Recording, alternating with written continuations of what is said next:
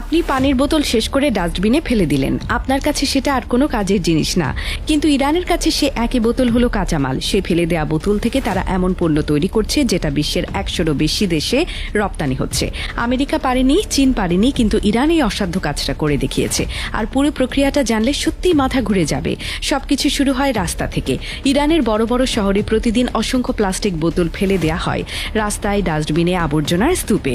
এই বোতলগুলো কুড়িয়ে আনার জন্য অনেক মানুষ কাজ করে। তারা শহরের বিভিন্ন জায়গা থেকে বোতল সংগ্রহ করে বিক্রি করে, এটাই তাদের জীবিকা।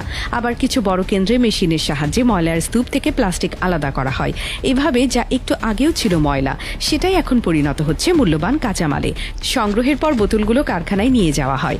কারখানায় ঢোকার পর প্রথম কাজ হলো ভালোভাবে পরিষ্কার করা, কারণ ময়লা বোতল থেকে ভালো পণ্য তৈরি সম্ভব না। পরিষ্কার হওয়ার পর শুরু হয় কাটার পালা।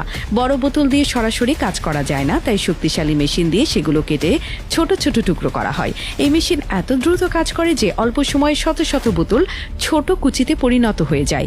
এই ছোট ছোট প্লাস্টিকের কুচিগুলোই পরের ধাপের মূল উপকরণ। এরপর শুরু হয় সবচেয়ে গুরুত্বপূর্ণ ধাপ। এই কুচিগুলো একটি বিশেষ গরম করার মেশিনে দেয়া হয়।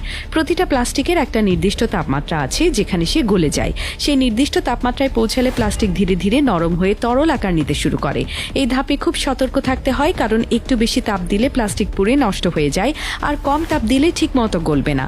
সম্পূর্ণ গলে যাওয়ার পর সেই তরল প্লাস্টিককে চাপ দিয়ে সরু সরু ছিদ্র দিয়ে বাইরে বের করা হয়। এই ছিদ্রগুলো এতটাই সূক্ষ্ম যে বের হওয়ার সময় প্লাস্টিক লম্বা চিকন সুতার আকার নেয়। সহজ ভাষায় বললে গলানো প্লাস্টিককে টেনে লম্বা করে সুতা বানানো হচ্ছে, কিন্তু এই সুতা তখনও নরম থাকে, তাই সঙ্গে সঙ্গে ঠান্ডা করা হয়। অনেক সময় ঠান্ডা পানির মধ্য দিয়ে এই সুতাগুলো নিয়ে যাওয়া হয় যাতে দ্রুত শক্ত হয়ে যায় আর নিজের আকার ধরে রাখতে পারে। ঠান্ডা হওয়ার পর এই সুতাগুলো অনেকটা নাইলনের দড়ির মতো মজবুত হয়ে যায়।